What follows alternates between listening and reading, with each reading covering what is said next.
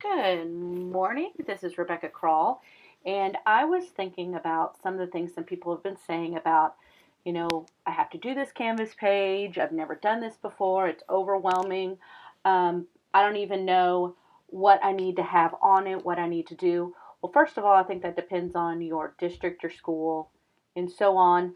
Um, but like for our district, we need to use Canvas. And especially for our snow days because we live in Indiana, and then now for virtual learning if it is for sickness.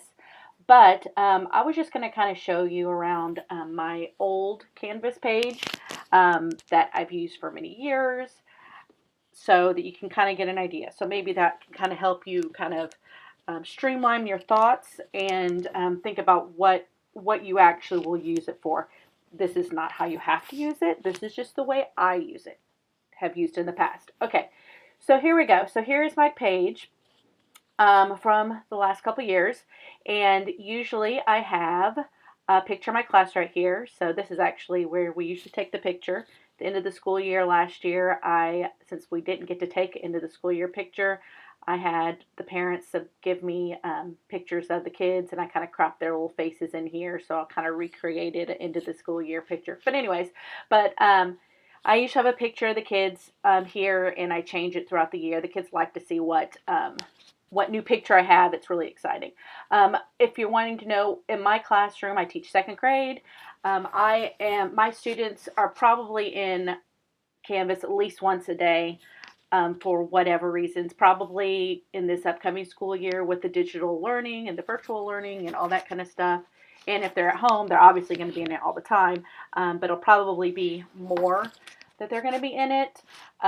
So anyways, it's probably more information that you need to know, but just as another thought, I'm one of those teachers that I love technology.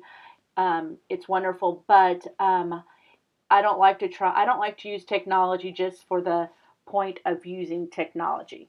If it's something that can be used someplace else in another way that's not a tech way, then I'm going to do that. You don't always have to use technology just to say, I'm using technology. I try to use it the most efficient way, most effective way for my students. So, that being said, all right, so I have these different things. I developed this during quarantine for kids to watch books that I've read to them. Honestly, I don't think any of them watched it because mainly I started at the end of the school year, into the quarantine, and they were just done. They got their stuff done and they were done. So, and when I used them, when I made these videos, I made them on Loom, which was pretty cool because you can see um, what who has watched them and things like that, which is kind of neat. Only thing is on the iPad with Loom, and maybe it's a setting thing, on the iPad it would always default to automatically starting the video as soon as they clicked on it on the iPad, clicked on that page, which I didn't like at all. So anyways, that is that part of my page. I had this is the way I did my e-learning lessons. I would not do it the same way, mainly just because I had a time each day that we met for an hour just to kind of chill out and talk. But I never established with my class an actual teaching time. We had to use Google Meet. I never really established an actual teaching time in that format. So, yeah, it was a missed opportunity. So they had just gotten used to, hey, when we did a Google Meet, we just sat around and talked, which was great, but it wasn't good because I didn't teach them in a live format. So these were my e-learning lessons. So I don't know, maybe this could be helpful too, just to kind of jog your brain. So each week I would put out a new page that had, well, our principal did a pledge and like how we do our announcements. Each week I put a checklist, which my parents really, really liked, and it was super helpful for them, I think. But I made a checklist of all the things that the students had to do. We just did we just did digital learning Tuesday, Wednesday, Thursday at the end of the year last year. We were out from March 14th on. So anyways, but it told them exactly what they need to do. I try to stick to the same things every day as much as I could. When I do e-learning, this, which I'm sure we'll have to do at some point, I'm going to do the same thing. It's going to be, um, it's going to follow a format. So, anyways, so my parents printed this off from their own personal computer. If you were on the iPad, and I'm going to do a separate video to show you how this looks on the iPad. But on the iPad, there are annotative features, writing, drawing features up here, so they technically could check it off as they got it done, which is kind of nice. So anyway, so that was there, and again, this was kind of like the preview for the whole week. And so this would be Tuesday's lesson, and they would have a link. This was like a journal. I made a choice board, excuse me, choice board for journal time, and then theoretically, I wanted them to turn in one journal entry on Friday, and I had told them that they could write on a piece of paper, take a picture of it, send it to me. They could use an app. They could use notes. I got a lot of things. Actually, I didn't get a lot of things back, but I just wanted them to write. I do DOL, so I made this. I'm probably going to actually do this from the beginning of the school year next year. What I did was I had our DOL for that day, which looks like this is just the traditional DOL. They had to do it on their iPad and then submit it, and I just checked it, and I didn't give them a grade for it. It was just a check if they got it. And then I also did a video. Good morning, boys and girls.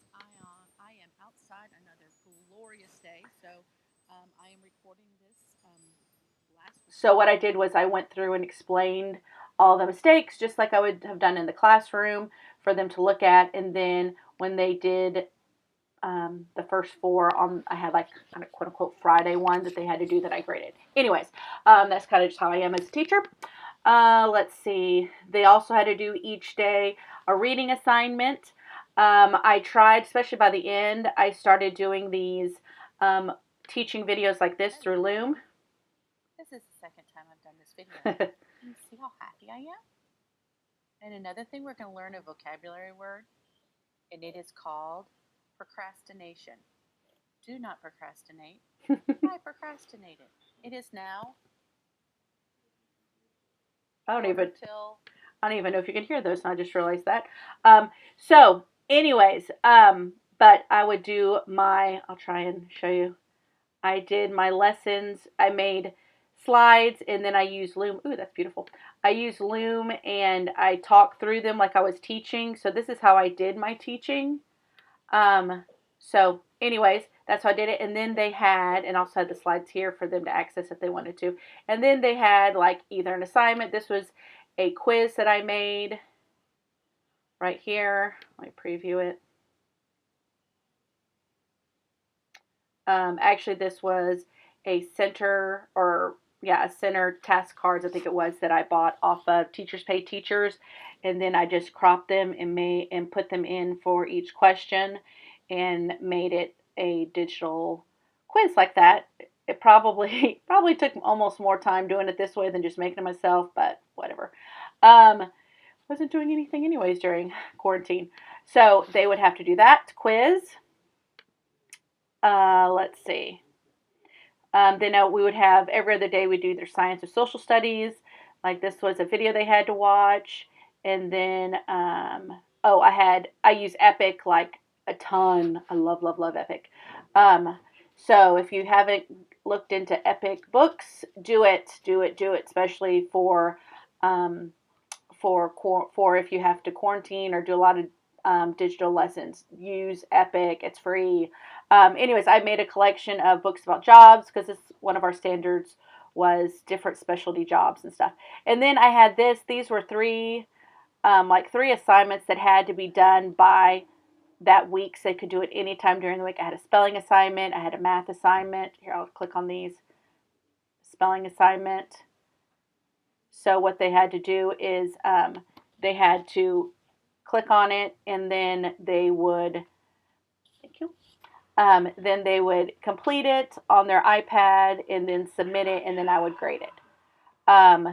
So that is that. So that's like what they would do during the week. GimKit, I could do a video sometime on GimKit. Love, love, love GimKit. It's my kids absolutely love it.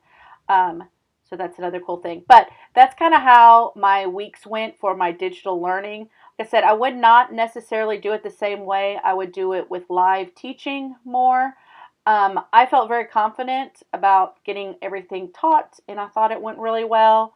Probably from a parent's perspective, it may not have gone as well, but most of my parents were pretty positive about it. It wasn't a ton of work, but it was enough work, if that makes sense. Okay, so back to my page.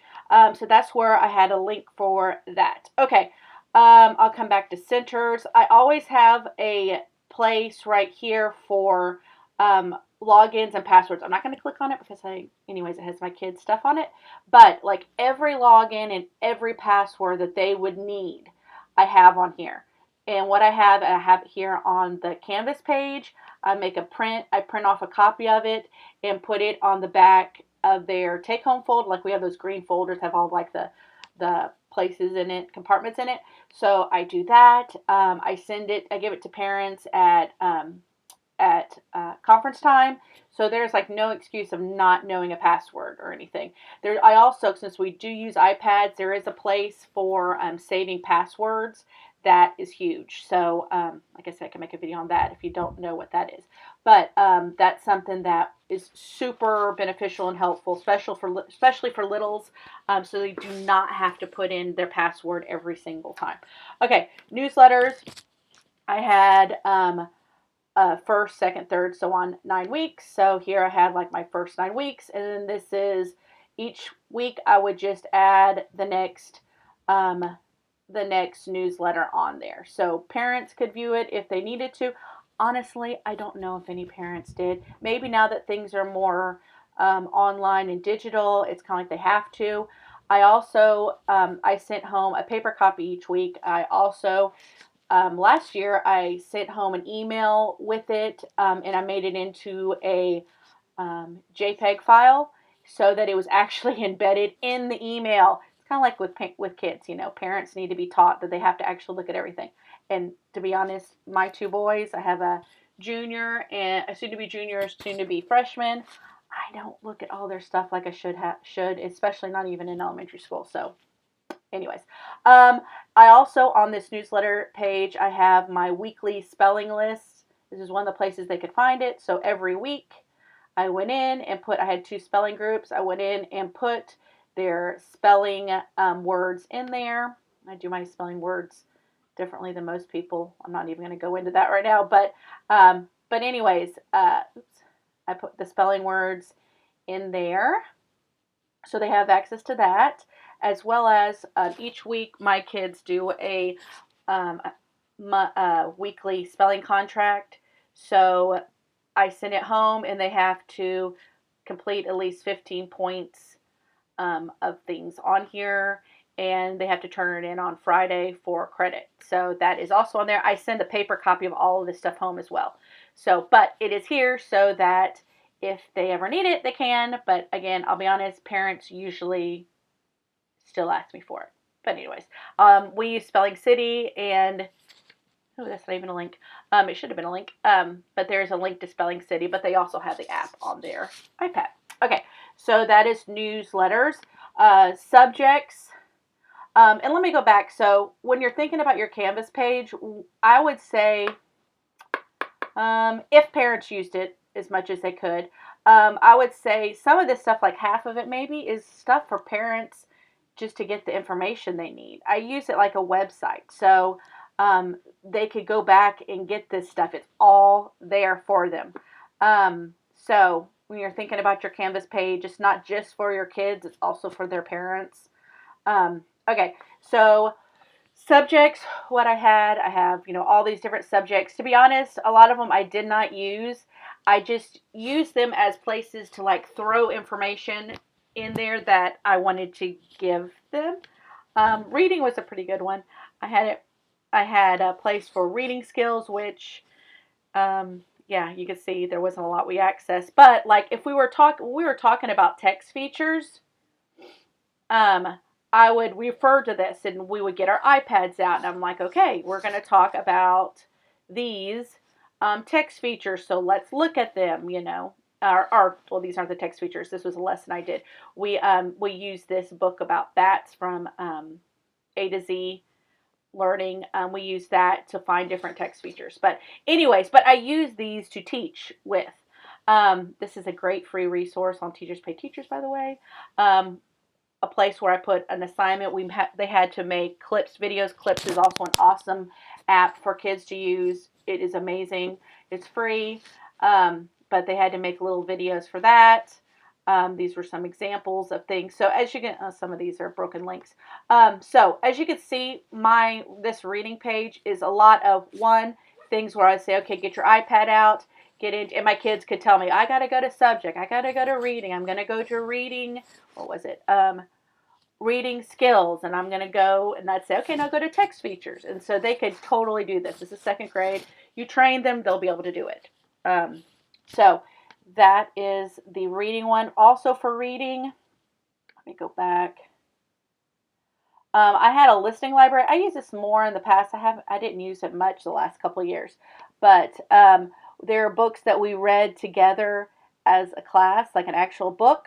So I'm really big on AR. So I would tell them you need to make sure if it's a book that we have read and done activities on and talked about, discussed, and all that kind of stuff you do with the book. You need to take the AR test on it, and then I put that grade, like 4 out of 5 or whatever, in the grade book. So anyway, so this is. These are some of the books that we read first 9 weeks, just some of the books in the AR test. So when they got to the end of the 9 weeks, because I'm one of those teachers that it's their responsibility, I will remind them, but it's their responsibility to go back and do things. So I would say, hey, you know what? It's getting close to the end of the 9 weeks. You never took that Officer Buckle and Gloria book. So go get that book and read it, or go get the book and follow along as it's being read to you, and then take the AR test on it. So I have that. That's what the listing library is, as well as we use Reading Streets, and unfortunately not unfortunately, but we're using Benchmark this next year. I'm really nervous about it. But when we used Reading Streets, there was a school or someplace who went through, oh man, that's broken link too. They had all of the books that someone had read online in like really professionally made videos. They were awesome. So I would tell those any book as well with that. I would say we had to take the AR test on. So if they needed to go back and re-listen to that book or whatever, they had access to it right there, which was nice. So that is that. Let me go back again. My listing library. I really actually didn't use this, but I have a huge Robert Munch person, so I have a big Robert Munch area. But a couple of years ago, I was really into I am into talking about authors. But anyways, I was doing all these things with authors and put stuff there, but then I ended up kind of fizzling out on that one. We use Accelerated Reader, and so we do a big thing, whole school-wide reading challenge. So I always put that there, as well as the link to be able to find the AR test numbers. If you don't know it, the app, what is it called? Point Scan is awesome because it's pretty awesome. It has some glitches, but most of the time you can scan the back of the book and it'll tell you if the book is an AR book, how many points it is, what's the reading level, and the AR test number, which is really awesome. I also put some of this stuff in a couple years ago, but then never really used it. But I like to put lots of things on there so kids can access them if they want to, things that could be interesting to them. Spelling is one I used a lot. That's where I put the spelling contract and weekly spelling list. Now on the front page, on the newsletter link page, I have a thing that says spelling, and it literally is just directed right back to this one. So you can link like this page to other pages, like more than one. You're just using the link. So I hope that made sense. Let's see. Science. So for science, I had like life science. I made these units. So life science. So there's animals, plants. These are actually 3 different books from A to Z A to Z Science that I used. and that we had purchased at one time. So there was like a textbook type of thing.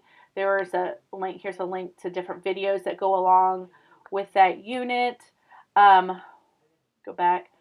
We would open up the book and we would either read it right um, in Canvas on our iPad, or you can upload it into iBooks. You can also write on the books, which is kind of cool.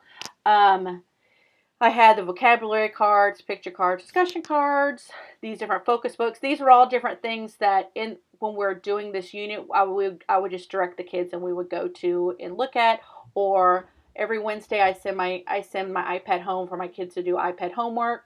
Like for these quick reads, one thing might be choose one of the quick reads to do, and I think there were like 3 questions. Oh wait, not one this one. On some of these, there were like questions at the end that they had to answer. So, anyways, but that was science. Did the same thing for social studies. I tried to keep the same pattern. It's something that I kind of developed as I've gone along over the last couple of years. That's why I'm totally redoing my Canvas page, because I want everything to kind of follow the same sort of pattern. And again, as you're developing these for the first time, just go with it and do what makes sense, and be okay that if you need to change it up in the middle of the year or the next year, just learn from your mistakes and remember the things that work well. Give yourself grace, people. So, all right. That sounded harsh. I didn't mean it to sound harsh. Anyways, so like for instance, the first unit is citizenship. So I made these so that I had the title thing at the top. I wanted activities, resources, videos. As you can see, I have not filled this one out, but I wanted them all to kind of to be the same. I find one that I have things in. Nope, not that one. It was at the end of the year when I started this. I know I have this one. All right, so here I had these activities, I had resources, I had videos. So I kind of followed that same pattern of things. And also, once you have like this right here, this activities header done, it's saved. So you don't have to upload it each time. You can just find it and put it in there. You could also, like if I did, go back to one of these. I don't think there's anything in this one. If you have this one done, you can go to edit. You can go, oops, no. Oh, don't do that. What I'm trying to show you is you can like do that and do edit and copy and then get out of this, do your new page and paste it, and it's the same thing. All right, that's really kind of helpful. Okay, so again, hopefully you can also see that I use Canvas a lot just as a teaching tool to reference things and to go back to. A lot of it also is like we'll study something, and perfect example is here, themes. We will study something, and then I will dump a ton of information stuff in there. See, here we go. Text, activities, resources, websites, videos. And I will dump as many things in here as I can, so that kids, if they like weather, they have everything there at their disposal. All right, so that's kind of my thought on a lot of this stuff. And anyways, it worked. That's how it works well for me. Like when the kids are done with stuff, I could say, "Hey, why don't you go learn some more about weather or teeth, whatever." Let me go back. So those are some of those tabs. I really don't have a lot. Math, holidays. It's kind of the same thing as themes. What do I have in here? I think I have like the hour of code stuff, some educational sites. Some of these just really don't have a lot in them because I really didn't use them a lot. Okay, so that was subject, student work. So this is where I would put different things that the kids did. So for instance, my kids did these weather videos. So if you click there, I have like a lot of my kiddos' weather videos right there. And they love to go back and look at those things. Now, I'm a huge Flipgrid person, so that was kind of a big deal. This past year, I used Flipgrid a ton. So they actually had all those videos there on Flipgrid they can watch, but I can make a mixtape. If you know anything about Flipgrid, a mixtape is where you can like dump a bunch of videos that the kids have done in there, and then you have one link that I would send like to the parents to see everyone's videos, and then I could also put that same link here. So anyways, this was from Flipgrid. Oh, well, I'm not going to get into it, but that was the link from Flipgrid to my kids beginning of the year. I mean, like, yay 2020, and I'm not being that great, awesome, but to their stuff. So, anyways, let me go back. Let's see. Student work. Okay, teacher information. What I have under teacher information. So our school says that you have to have like some kind of biographical information on your page, which obviously, yes, that's good. So this was mine from last year. I put some pictures of my family. I personally think this is important, but I have pictures of me in the grade level that I teach. So I teach second grade. So these are pictures of me as a 7 and 8-year-old. Look at that sweet girl. What happened? No, I'm kidding. I also, if you notice up here, that's my picture, my account picture. So that is there. I also have like my philosophy of education. I said parents that really want to know about you and stuff like that. Well, first of all, parents that really want to know about you, they're going to look on Facebook and all that kind of stuff. But anyways, and social media. But there's also if there's also stuff here that they can look at as well. My contact information. Let me see. Go back. Class information. So under class information, like for field trips, I had a thing right here, and it had our field trips on there, and then like I would put the pictures in there that I had taken. Parent night information.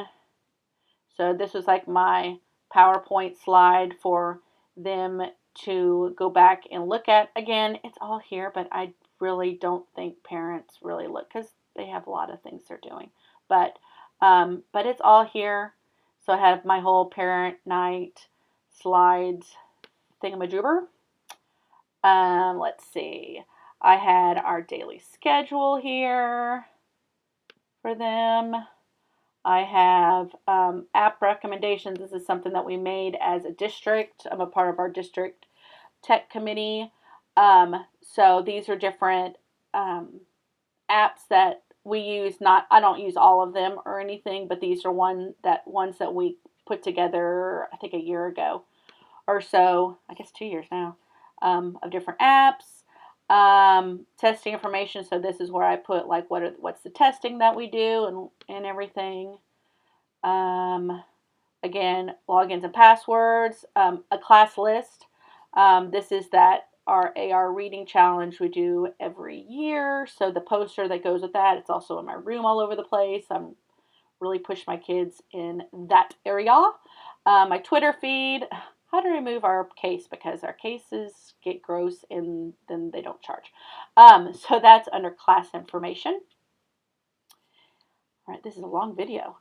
Have my Twitter feed. Okay, and then I have this right here. What this is from Epic, and they have a whole year's worth of these little calendars that kind of help kids kind of decide on what they want to read. So I always put that on my front page. I change it out every month.